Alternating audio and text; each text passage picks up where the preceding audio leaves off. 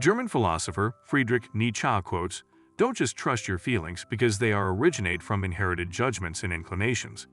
Relying on them means obeying past generations rather than our own reason and experience." Imagine a world where you think you're the master of your destiny. You believe that every decision you make is a product of your own free will, and you're the one who's pulling the strings. But what if I told you that you're not as in control as you think? What if I revealed to you that there's a force inside you that's steering your life in ways you're not even aware of? Yes, I'm talking about your emotions. Your emotions are the puppet master of your life, making you do things you don't even realize you're doing. They deceive you, make you believe things that are not true, and force you to make bad decisions. You see, they trick you into looking for evidence that confirms what you already want to believe, leading you down a path of disillusionment and pain. If you can learn to control your emotions, you can take back the control of your life and make better choices. Rationality is the key, the ability to think clearly and make decisions based on logic and reason, not emotions. It's a skill we must all work hard to acquire, but it's worth it because it unlocks our full potential. Author Robert Greene explained, "There are 3 steps will help you toward rationality" in his book, The Laws of Human Nature. Step 1. Recognize the biases. The pleasure principle is the idea that we are always looking for things that make us feel good and avoid things that make us feel bad. This principle affects our thoughts and decisions without us even realizing it. We might think we are being realistic or looking for the truth, but sometimes we're just holding on to ideas that make us feel good about ourselves or make us feel superior. This principle is the source of all our mental biases. There are 6 very common biases. 1. Confirmation bias. When making decisions, people usually try to be rational by looking at evidence and thinking objectively. However, sometimes people can be biased in their decision-making, which means that they might only look for evidence that confirms what they already believe, rather than evidence that disproves it. This is called confirmation bias.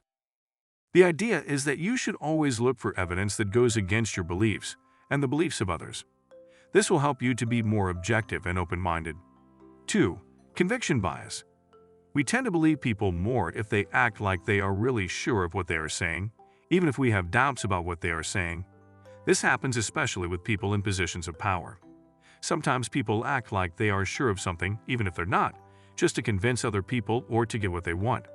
3. Appearance bias. If someone is good-looking, we tend to think they are more trustworthy.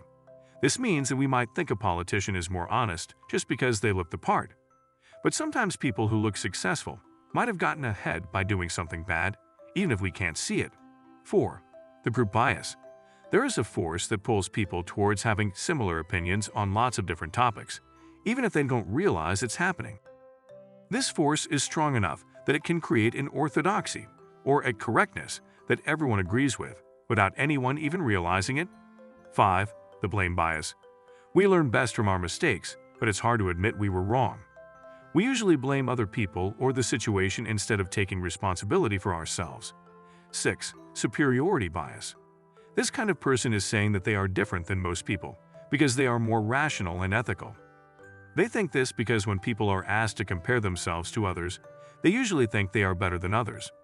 This person thinks this is like an optical illusion, where we can't see our own faults, but we can see the faults of others. Step 2. Beware the inflaming factors. Emotions can be either high-grade or low-grade. Low-grade emotions are the kind we have all the time, and they come from our own impulses. For example, the desire for pleasing and comforting thoughts. High-grade emotions are different. They happen at certain moments, they're really intense, and they're usually caused by something external, like somebody making us angry. The more we think about a high-grade emotion, the stronger it gets, which makes it even harder to ignore. We become reactive and might do something rash that we'll regret later. If you notice that you or someone else is suddenly acting differently than usual, it could be a sign of stress. Try to take a step back and observe the situation without getting too involved. It's important to stay level-headed so that you can make decisions that you won't regret later. Some are very common inflaming factors. 1.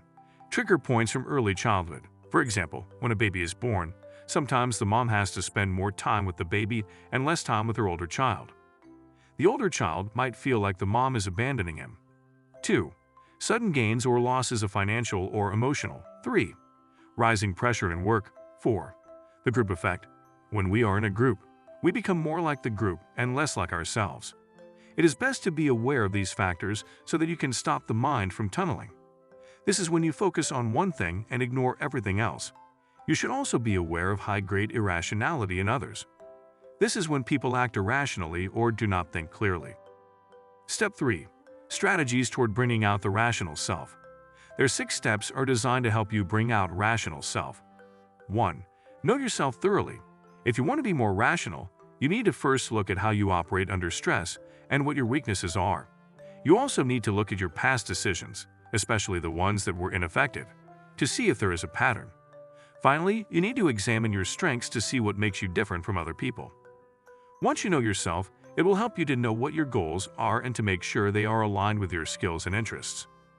2. Examine your emotions to their roots. When you're feeling angry, it's important to try and figure out what might be causing it. Sometimes it could be something small, but if it seems like it might be something bigger, it's worth taking a closer look. It could be that another, more uncomfortable feeling is the root cause, like envy. Once you know what it is, you can try to deal with it in a better way. 3. Increase your reaction time. You can train yourself to respond to events or interactions in a different way by practicing and repeating the new behavior. For example, if you usually get angry when someone criticizes you, you can practice to take a step back and give time to process that emotion. You can do this by stepping back from the situation and taking more time than usual to process the feeling. 4. Accept people as facts. Other people are a major source of our emotional problems because we are always judging them and wanting them to be different than they are. Instead of judging people, we should see them as neutral phenomena that just exist. 5. Find the optimal balance of thinking and emotion. Emotions and thinking are 2 things that are connected with each other. Some people are more influenced by their emotions than others. The goal is to find the right balance between the 2 so that people can take effective action. 6. Love the rational. It is better to see the path to rationality as something that is enjoyable and something to look forward to. Knowing about these 3 steps will help you toward rationality, and it will become easier to control your emotions and live a happier life. Thank you for watching my video. If you enjoy this video, please subscribe, like, and share with your friends and family.